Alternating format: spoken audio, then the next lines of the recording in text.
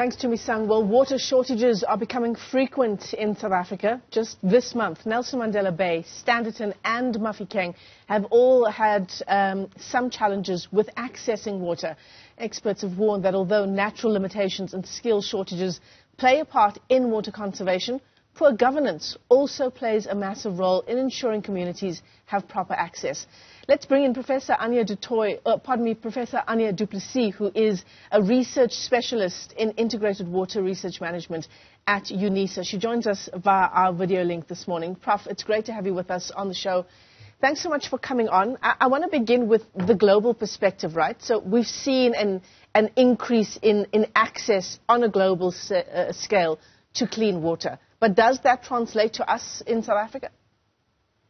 Look, currently, if you look at our statistics, since 1996, we've actually not progressed as much as we wanted to, because more of the rural areas are getting access. However, even though you're giving them access, they don't have a reliable supply due to poor service delivery. So in terms of that, we're actually going backwards instead of going forward, because we are not maintaining and upgrading our water infrastructure as the different regions within the country is developing.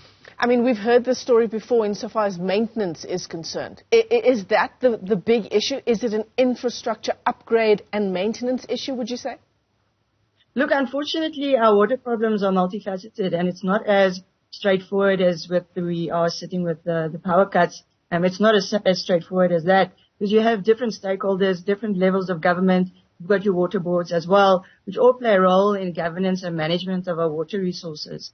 It's important to note that over 151 municipalities have already been identified to be close to collapse, and then 43 are already collapsed and require immediate intervention. So you're sitting with local municipalities that have mismanagement of funds, underspending, financial problems, and then you also have the 151 which is already declared insolvent and bankrupt. So in terms of that, you have the local municipality issue. Then you have the funding or finances. That is not only the issue that we're sitting with at this point in time. We're also sitting with, as you said, weak governance and mismanagement of funds. We have our poor asset management, operations, and then our maintenance, and then also the lack of overall capacity, as well as then your skills and your qualifications for people to deal with these problems at the end of the day. So when you talk about municipalities that are dysfunctional, it's a short step from there to water access for the people in those areas. Unfortunately, it is, because you have a chain of command that they have to go through. I think KZN is a very good example. Most people think that KZN is only suffering now with the water infrastructure due to the floods in April. However, this has been a continued issue. Communities there have been struggling with their water supply, having to deal with water that's not of an acceptable quality. I saw a tweet the other day where communities are now complaining that they're actually getting ill from the water. So that's a major issue. And I mean, we're already now close to October. The floods occurred in April.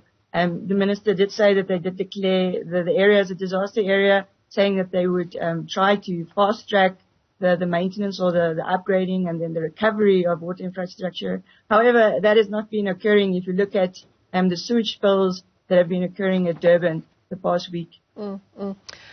So when we look at our freshwater resources in South Africa, Professor du Plessis, I mean, do we have the water to cater for the population outside of the governance issue? Is the water Look, there? At this point in time, we have to remember that South Africa is a semi-arid region.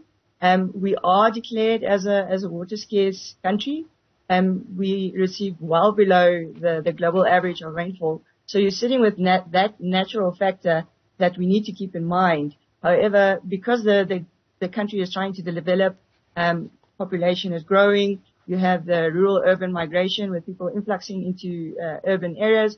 Unfortunately, we do not have enough water for the current trends of water demand in the country. And Nelson Mandela Bay can be a good example where we need to, at the end of the day, try to decrease our water use and try to be more cognizant of the amount of water that we use. However, at the end of the day also, we have a water quality problem. So if your water quality is not of a suitable standard, let's say like the Hartbeespoort Dam, or the Val Barrage, where that water is not being able to be used for domestic purposes or industrial purposes, etc. It can only now be used as a recreational purpose. So we have to factor both of those in. So at the end of the day, even though you have water, if it's not of a suitable quality, you still cannot use it. And that will then contribute to your water stress. Yeah, absolutely. I mean, you talked about people getting ill from consuming the water that is available in their communities.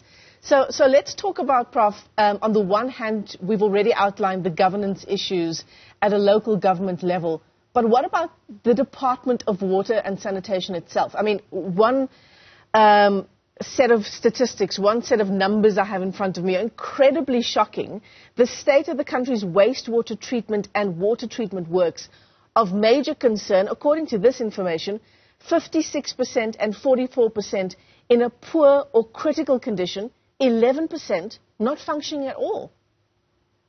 Yeah, this is a major concern, and this has been highlighted since the early 2000s, where researchers have said that we are on our way towards a sewage crisis at that point in time.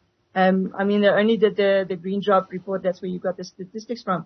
They only did it now again this year, where the last report was in 2014, and they actually showed that we are going backwards in terms of wastewater treatment plants not functioning at all. And that once again links to your governance. It links to your actual maintenance thereof.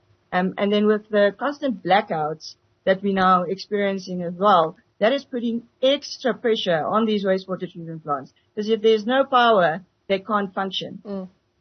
And that Green Drop report that you're talking about is focusing on the performance, right, of our wastewater yes, the compliance infrastructure. Overall, yes, which is not a very nice picture. Yeah. And then staying with governance issues, the issue around our strategy to deal with water resources in the country, that's meant to be reviewed, as I understand it, every 5 years. Is that at least happening? Look, at this point in time, they do have the National Water Resource Strategy version number 3. It is currently going with public consultation. So they have actually now updated that strategy. However, if you do look at the strategy, it's almost basically the same as the one that was published 5 years ago. The same problems, the same issues. They're looking at this, like trying to implement maintenance once again. So the same things that we have been highlighting for the past 2 decades are still on the list to be addressed. But the policies are there, right? And we can say this for a number of sectors. Got very good legislation framework. Our National Water Act is one of the best in the world. However, if we can have all of these legislation, policies and strategies, if there's no actual action, it's not worth it. At the end of the day, we have to try and enforce the legislation. Whether we have the capacity to do so, I don't think we do currently. And at the end of the day, we need to transform these strategies into actual action. It's fine to have it on paper, but communities, especially the ones in rural areas, like in KZN, Northwest, Limpopo, Eastern Cape, all over the country are suffering. Yeah, absolutely. So, Prof, you and I have painted an incredibly dire picture of water infrastructure in our country this morning. What does the next 5, 10, 30 years look like? Look, it is good and positive that the Minister as well as the Director General are trying to tackle these issues. So they are trying their best to turn the Department of Water and Sanitation around. However, as I said, these issues have been ongoing for the past 2 decades. They will not be solved overnight, the same with Eskom. But for the way forward, what we can try to focus on is our primary risks or the issues that are most prominent at this point in time. And that would be to ensure that your wastewater treatment works are actually not affected by your blackouts, so you can maintain them, upgrade them. You need to focus on placing insolvent municipalities under administration. That is under the mandate of the Department of Water and Sanitation. We have to then appoint individuals and people with the necessary skills and qualifications. We need to enforce our good legislation. And then at the end of the day, we also need to create more awareness regarding our water problems within the wider community to try and develop water stewardship, where we are cognizant of the amount of water that we use almost like you're making water warriors, like they have at the Vaal, with the Save the Vaal community there. Yeah, and on a government level, with the policies that we have, implementation. Yes. Professor Anja du Plessis, let me thank you for your time this morning. Yet another area of life impacted by load shedding and the Eskom crisis.